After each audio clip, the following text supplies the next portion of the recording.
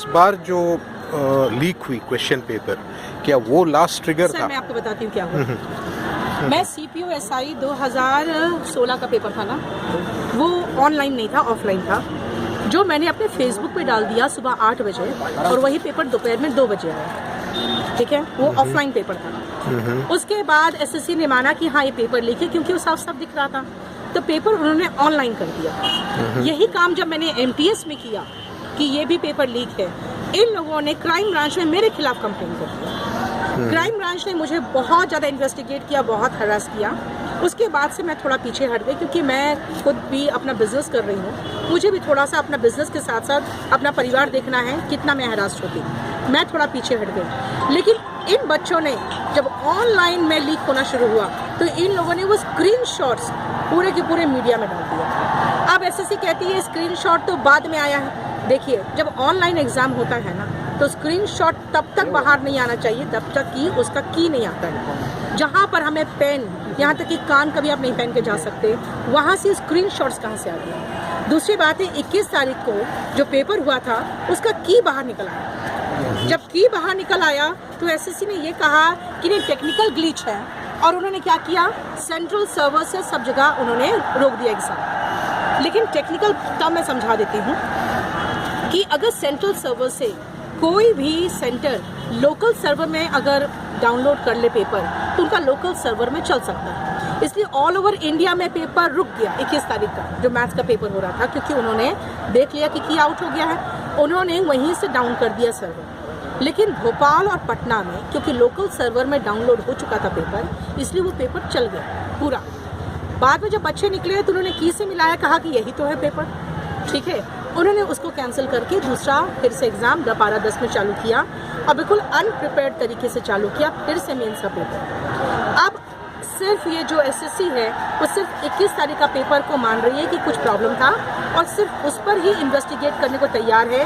और उनका कहना है कि अगर हम साबित कर देंगे कि हाँ यही की है, तभी वो इंक्वायरी करेंगे। मेरा कहना है कि हम आपको सबूत दे रहे हैं, आप अगर खुद चोर है तो अपना इन्वेस्टिगेशन खुद नहीं कर सकते, आपको अधिकार भी नहीं है। आप CBI को सौंपिए, CBI इन्वेस्टिगेट करे। हमारा सिर्फ यही डिमांड है, क्योंकि आज से नहीं हो रहा है सर, बहुत सालों से हो रहा है। तो आप लोग यहाँ पे 27 तारीख से एजिटेशन कर रही हैं। ये सबूत आपने SSC को 27 के पहले दिया? 27 को देखिए, 27 के पहले तो बात करने को तैयार नहीं थे।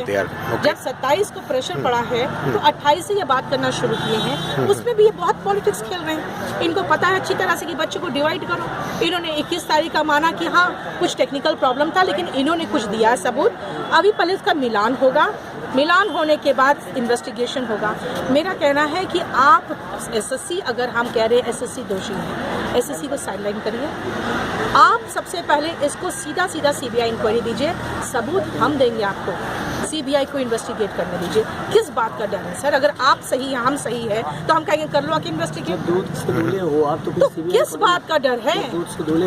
अरे हम SSC भी गवर्नमेंट का है, CBI भी गवर्नमेंट का है। एक गवर्नमेंट की एजेंसी को कह रहे हैं कि दूसरा का आप इन्वेस्टिगेशन कर लीजिए। क्या प्रॉब्लम है? हम कहाँ बीच में आ रहे हैं?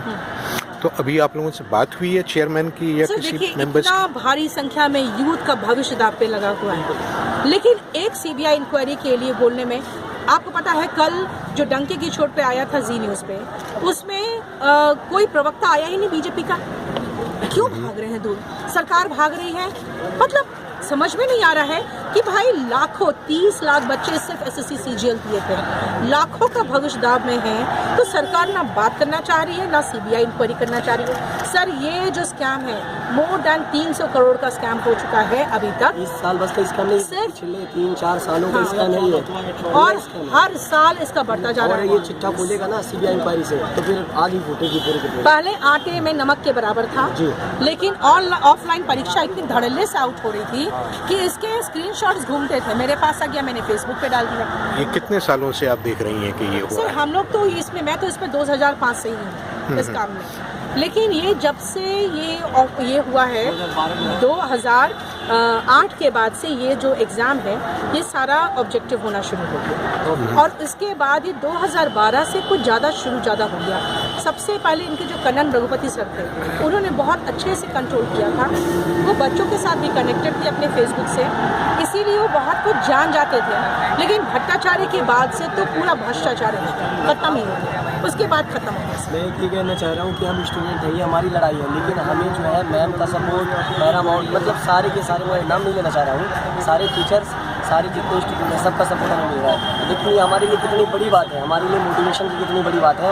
ये हमारी लड़ाई है, हम लड़ रहे हैं, लेकिन हमारे साथ ही आगे खड़े हैं। सर देखिए, हम लोग टीचर्स जो है ना, हम लोग का काम है सिर्फ बच्चों को प्रोटेस्ट में शांत रखना। अगर प्रोटेस्ट जरा सा भी वायलेंट होगा तो यहाँ डंडे लेके पुलिस खड़ी है खदेड़ने के लिए। इसीलिए हम लोग, क्योंकि इन लोग के माँ बाप यहाँ नहीं आ सकते, और कई बच्चे तो ऐसे डर के मारे घर में बताए भी नहीं कि वो क्या कर रहे हैं। हमारे पास ठीक है, समय नहीं है, हम अपने गुरुजनों का कैसा आदर करें? इसीलिए हम लोग यहाँ पर सिर्फ बच्चों को शांत कर रहे हैं। इस तरह के कितने इंस्टीट्यूट से कितने सब है, टीचर्स होंगे? सब है। मैं केडी कैंपस से हूँ, सब है, कोई भी ऐसा नहीं है जो नहीं है। कोई नंबर बता सकती हैं? 50, 100, सर 150? जितने अभी ये नहीं बता सकते सर, सर। कौन यहाँ पे सबका नाम नहीं लिया जा सकता। सब देखिए, नाम लेने की जरूरत भी नहीं नाम है। नहीं, नंबर।